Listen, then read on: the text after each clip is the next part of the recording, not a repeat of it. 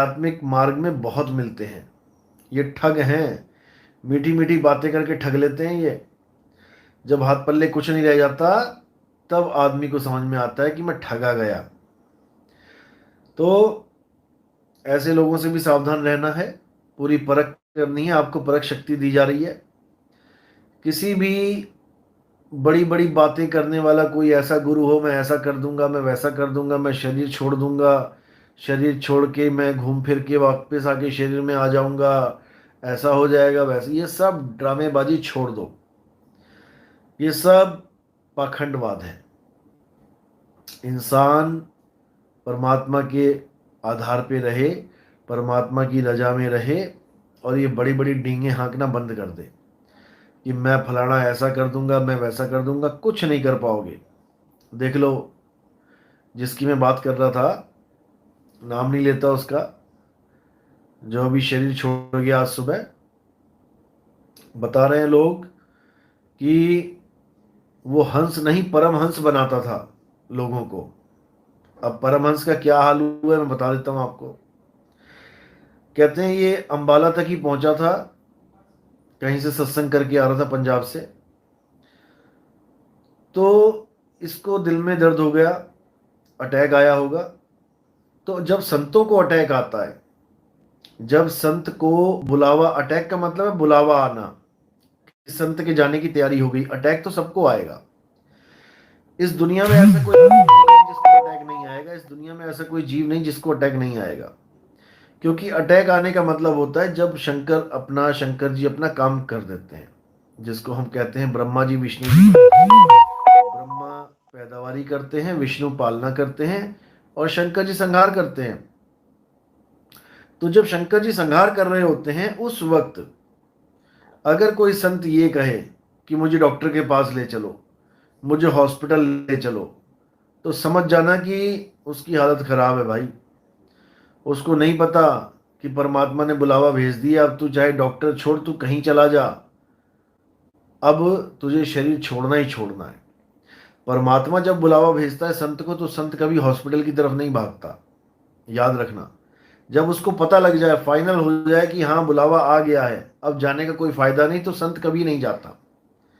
संत जहां पर भी होता है वहीं देह त्याग कर देता है, क्योंकि देह ही तो त्यागनी है। सांप ने केंचुली त्यागनी है, अब खेत में केंचुली त्यागनी है, तो हॉस्पिटल थोड़ी नहीं भागेगा कि मैं हॉस्पिटल में जाके केंचुली त्यागूं। केंचुली तो जहां पर वो बैठा है वहीं त्याग देगा। बात ये है।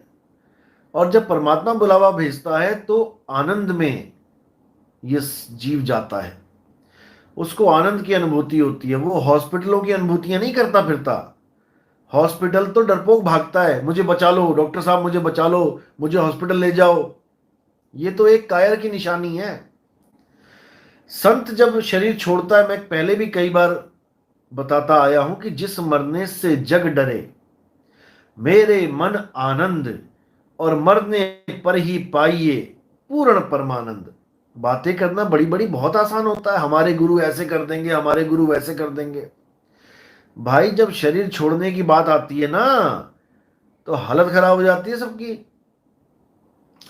केवल वही बचता है जो अपने आनंद में आके शरीर को त्यागता है। जिसने परम आनंद की अनुभूति करी है वो तो अपने आनंद में आ जाएगा, क्योंकि उसी वक्त तीन गुणों से ऊपर उठ जाएगा। वो तीन गुणों से ऊपर उठ के अपने निस्वरूप को प्राप्त करेगा। और जब निस्वरूप को प्राप्त कर लिया, तो भैया कौन सा हॉस्पिटल, कौन सा डॉक्टर, कौन सा वेंटिलेटर, कौन सा आईसीयू। अभी भी आंखें खोल लो, अभी भी आंखें बंद रखोगे तो तुम्हारा सत्यानाश हो जाएगा। आंखें खोलो, देखो कि क्या दुर्गति हुई है, तुम्हारी ना हो जाए कहीं। जो गुरु हॉस्पिटल में भाग रहा है बचने के लिए कि कोई इंजेक्शन लग जाए और मैं बच जाऊं, तो चेला कब बचेगा? चेला भी धक्के खाएगा, चेला भी दौड़ेगा, बचाओ बचाओ करेगा। ये कोई दुश्मनी नहीं है या मुझे कोई खुंदक है उससे। मेरा नाम लेके उसने बहुत गालियां दी, बहुत। मेरे गुरु जी को भी पता नहीं क्या क्या बोला उसने, लेकिन हमने कभी पलटवार नहीं किया। जैसी उसकी शैली है, अगर आप देखोगे उसकी भाषा शैली तो आपको लगेगा ही नहीं कहीं से कि वो संत है। लेकिन फिर भी हमारा काम नहीं है कि हम किसी के बारे में गलत बोलें, लेकिन हम असलियत जो बोल रहे हैं इसको संभाल लो। मेरा कुछ नहीं जाएगा, ना उसके जाने से मेरा कुछ गया, ना उसके रहने से मेरा कुछ जाता, ना तुम्हारे रहने और तुम्हारे जाने से मेरा कुछ कुछ खत्म होगा, मेरा कुछ नुकसान होगा। लेकिन परमात्मा का जीव अगर दुखी होके इस संसार छोड़े तो एक सच्चा संत हमेशा दुखी होता है। आपके सामने छोटी सी बिल्ली का बच्चा भी मर रहा हो, कोई कार किसी कुत्ते के बच्चे में भी चढ़ गई हो, वो शरीर छोड़ रहा है, उसके छोड़ने ना छोड़ने से तुम्हें कोई फर्क पड़ने वाला नहीं है, तुम नहीं मरने वाले। लेकिन उसको भी देखकर तुम्हारे अंदर जो करुणा आएगी, जो दया आएगी, जो भाव बनेगा, उसकी वजह से तुम संत या तुम एक कहलाओगे। जैसे कहते हैं इसका दिल तो पत्थर का है, तो कोई मर रहा है और तुम्हारे दिल पसीज नहीं रहा, तुम्हारे दिल में प्रेम नहीं उबड़ रहा, दया नहीं आ रही, तो इसका मतलब कि भैया तुम किसी काम के नहीं हो। और अगर तुम्हारे अंदर दया आ रही है, प्रेम आ रहा है, तो इसका मतलब कि तुम्हारे अंदर मालिक की दया है, मालिक ने बख्शिश किया हुआ है आपको कुछ।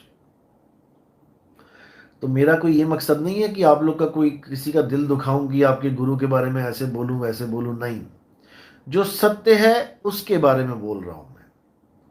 अगर वो पहुंचा हुआ गुरु होता तो जहां पर उसको अटैक आया, पहली बात तो उसको पता लग जाना चाहिए था कि मेरा बुलावा आ गया है। फिर वो कहीं हिलता नहीं, फिर वो समाधिस्थ हो जाता, जहां बैठा है वहीं बैठा रहता और अपने स्वरूप में स्थित हो जाता। अपने स्वरूप में स्थित होते ही इस माया का खेल खत्म हो जाता, त्रिगुणी माया का खेल खत्म हो जाता। जब उसकी सूरत शरीर में रहती नहीं तो उसको इस शरीर का भय रहता नहीं, मोह रहता नहीं। लेकिन उसने अपने स्वरूप को याद नहीं किया, उसने किसको याद किया? हॉस्पिटल को याद किया, उसने डॉक्टर को याद किया। अब माया ने दौड़ा दिया उसकी सूरत को। अब बेचारा वो चेलों को बोल रहा है, भैया जल्दी ले चलो, जल्दी ले चलो मुझे। और चेले गुरु को कह रहे हैं, गुरु जी जल्दी चलो, जल्दी चलो। तो दोनों की सूरत कहां है इस वक्त? चेले की और गुरु की, दोनों की सूरत कहां है इस वक्त? हॉस्पिटल में, डॉक्टर के पास पहुंची पड़ी है। और हॉस्पिटल में जिसकी मृत्यु हो रही है वो कहां सतलोक पहुंच रहा है भाई? कौन से सतलोक अलख लोक पहुंच रहा है भाई? वो धक्के ही खा रहा है। बात इतनी सी है, सत्य है, कड़वा है, लगेगा, मुझे पता है सच कड़वा लगता है, लेकिन तुम्हारे भले की बात है ये, तुम्हारे भले की। नहीं समझ में आए वो तुम्हारी प्रॉब्लम है, मैंने तो तुम्हें समझा दिया। तो ठीक है, जाना सभी ने है, आए हैं तो जाएंगे। राजा रंक फकीर, एक सिंहासन चढ़ चले, एक बंधे जंजीर। जो सिंहासन पे चढ़ के जाते हैं वो वहीं बैठे बैठे जाते हैं। जब सिंहासन ही आ गया तो कहाँ हॉस्पिटल भागेगा वो? अब जब सिंहासन ही आ गया, बुलावा आ गया, अब वो कहाँ जाएगा?